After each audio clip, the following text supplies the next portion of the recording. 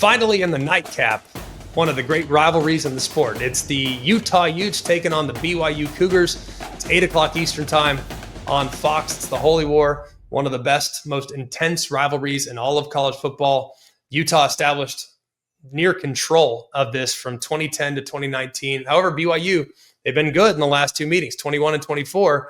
BYU has kind of relit the competitive fire, and this could be a big one because BYU enters this game undefeated. They are higher ranked than their rivals on the other side of the state. They possess home field advantage, and right now Utah is a favorite. So kind of crazy with lines all the way from 2.5 to 3.5, kind of all over the place in favor of the Utes.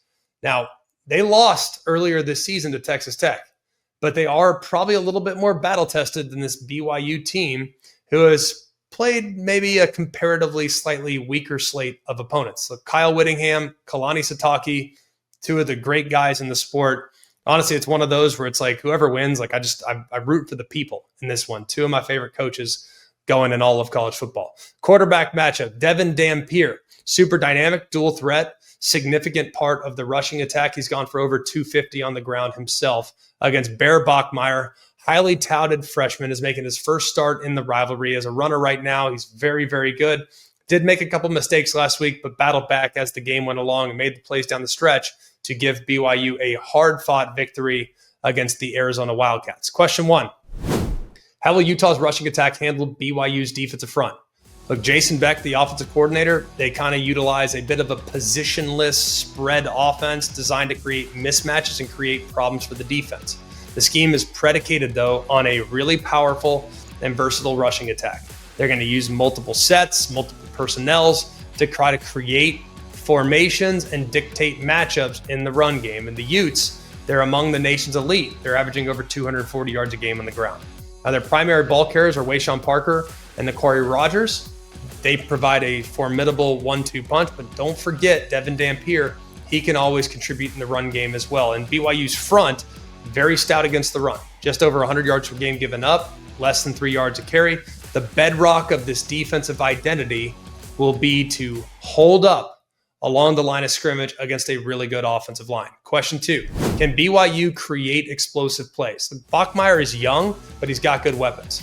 The passing game, while secondary to what they want to be, they have really reliable weapons. I love Chase Roberts. They got some other guys, got quality tight ends. The Utes, they excel in limiting explosive plays. They've been very good against the pass. They're a top 11 group nationally in passing defense. Question 3, how will Utah contain LJ Martin? Look, Utah's defense is formidable, especially against the pass. But the rush defense, that is a potential area for BYU to try to lean into. The Utes are allowing 140 rushing yards a game. That's outside the top 60, which is surprising. And the vulnerability kind of aligns with what BYU's primary offensive identity is. They rush for nearly 240 a game as well. That's top 12 in the country. They go for nearly 6 a carry. That's in the top 10. Through 5 games, Martin has gone for 490 and 3 touchdowns.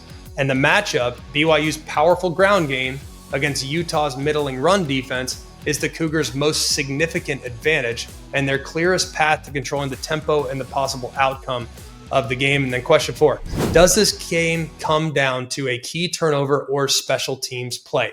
I feel like every time I watch Utah and or BYU, it's a turnover, it's a special teams play, it's a return, it's a blocked kick that ultimately gives them an extra possession, that gives them a boost. In a game in which the teams are very, very close and both are built in a similar way, I think one pivotal mistake, one key special teams play could ultimately determine the outcome. I'm taking the Utah Utes. I'm going to lay the points. I think their offensive line can neutralize an excellent defensive line for the BYU Cougars.